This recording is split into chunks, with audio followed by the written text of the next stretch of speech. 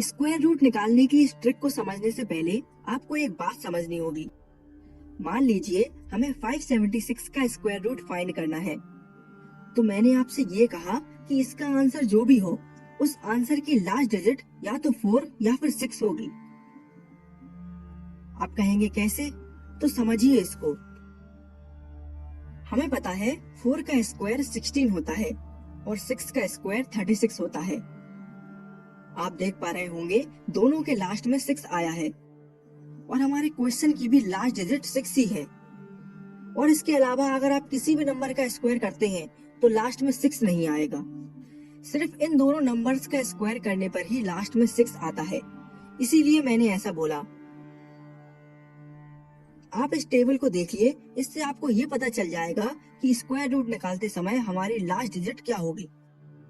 For example, अगर हमें 144 का स्क्वायर रूट निकालना है तो हमारे आंसर की यूनिट डिजिट या तो 2 होगी या फिर 8, राइट?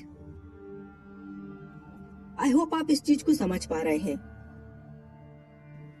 चलिए अब स्क्वायर रूट निकालने की ट्रिक को समझते हैं। मान लीजिए हमें 1521 का स्क्वायर रूट निकालना है, तो एक बात तो बिल्कुल साफ हो जाती है कि हमारे आंसर की यूनिट डिजिट या तो 1 होगी या फिर 9, राइट? अब आप जरा ध्यान से समझिएगा। सबसे पहले तो हम लास्ट की दोनों डिजिट को काट देते हैं और 15 पर फोकस करते हैं। हमें उस नंबर को देखना है जो कि 15 से जस्ट पहले है और वो किसी न किसी नंबर का स्क्वायर होना चाहिए। जैसे 3 का स्क्वायर 9 होता है और 4 का स्क्वायर 16 होता है।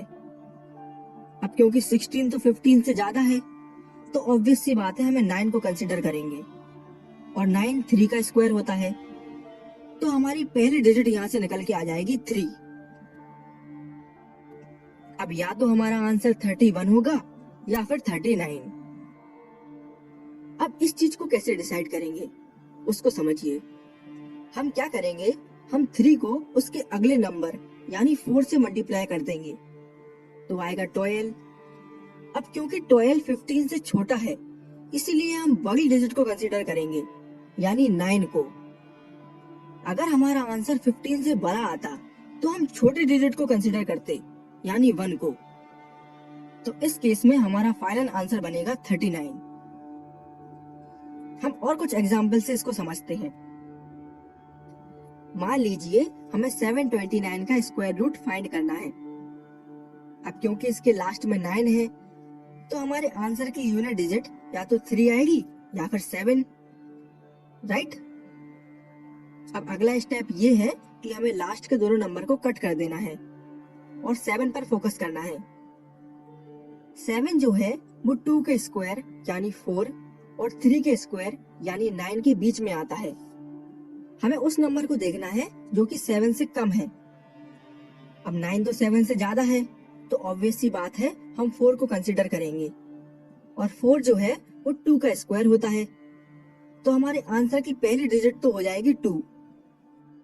अब हम 2 को 3 से मल्टीप्लाई कर देंगे तो आएगा 6। अब इस बार भी 6 जो है वो 7 से कम है, तो इसीलिए हम बड़ी वाली डिजिट को कंसीडर करेंगे यानी 7 को। तो हमारा आंसर बनेगा 27। हम एक और एग्जाम्पल देख लेते हैं। मान लीजिए हमें 10816 का स्क्वायर रूट फाइंड करना है। क्योंकि लास्ट में 6 है, तो हमारी 2 पॉसिबल यूनिट डिजिट्स होंगी, 4 और 6। लास्ट के दोनों नंबर्स को कट कर देंगे। हमें पता है 108 10 और 11 के स्क्वायर के बीच में आता है, तो हमारी पहली डिजिट हो जाएगी 10। अब 10 इंटू 11 कर देंगे तो आएगा 110। अब इस केस में 110 जो है वो 108 से ज्यादा है, इसीलिए हम इस बार छोटी वाली डिजिट को कंसीडर करेंगे यानी 4 को। तो इस बार हमारा आंसर बनेगा 104।